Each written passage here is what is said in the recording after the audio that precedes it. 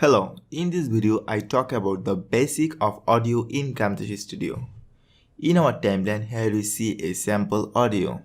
Each audio track in timeline is a waveform. This is the visual representation of the sound we recorded.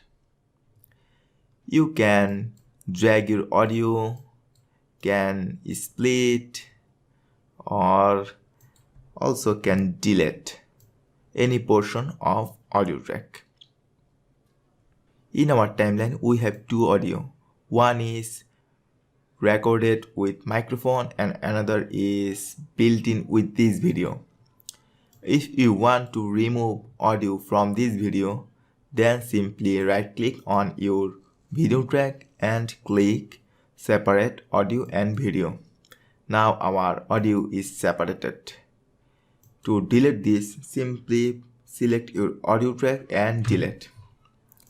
Now we have no sound in this video. We just undo this. Okay. You can expand the track up for better look. When we select any of this audio track, the green line just appears. Drag it up or down to adjust the volume. Now our volume is much higher. Let's play the video a little bit.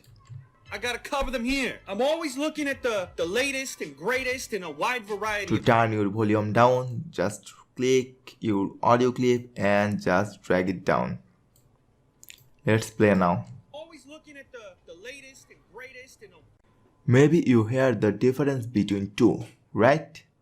To add fade in and fade out option, we have to add audio point. To add audio point, just click on your audio track and double click on this. Our one audio point is set up. To add another, simply right click on this audio track and select add audio point. Here you see we successfully add two different audio points. Now I drag it up and second one is down. In this video our volume is going higher to lower. Let's play. Cover them here. I'm always looking at the latest and greatest in a wide variety. By adding audio clip point, we easily add fade in and fade out effect in our audio clip. This is basically the basic of Camtasia audio.